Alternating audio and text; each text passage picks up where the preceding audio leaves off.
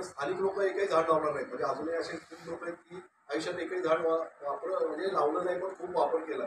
तर त्यांनी लावावं असा भाग होता आणि त्यात देशी झाडं लावावी असा मुख्य उद्देश होता. पण सुरुवातीच्या काळामध्ये आपण ढोले सर जे आहेत आपले रघुनाथ ढोले त्यांची सह्याद्री नर्सरी आहे, त्यांचा ट्रस्ट आहे, तर त्यांच्या साह्याने आपण देशी झाडांची रोपांची वाटप पण करत होतो. ही गेली अनेक वर्ष केली.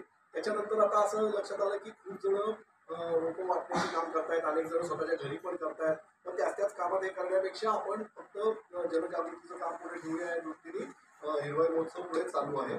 आता हे करताना मुख्यतः कुणीतरी मगाशी पण प्रश्न विचारला किंवा ह्याची सुरुवात केली होती की देशी झाडं म्हणजे देशी म्हणजे काय असं आपण म्हणताना देशीच का हा जेव्हा प्रश्न येत होता तेव्हा मुख्यतः बायोडायव्हर्सिटी आणखी झाडं यांचा जो संबंध आहे तर तो दाखवावा या दृष्टीने यावर्षीची थीम हा परस्पर संबंध त्यांचा असा ठेवलेला होता. त्यातलं पहिलं जे आपलं लेक्चर होतं ते कीटक आणखीन वनस्पती यांच्या संबंधामधलं होतं.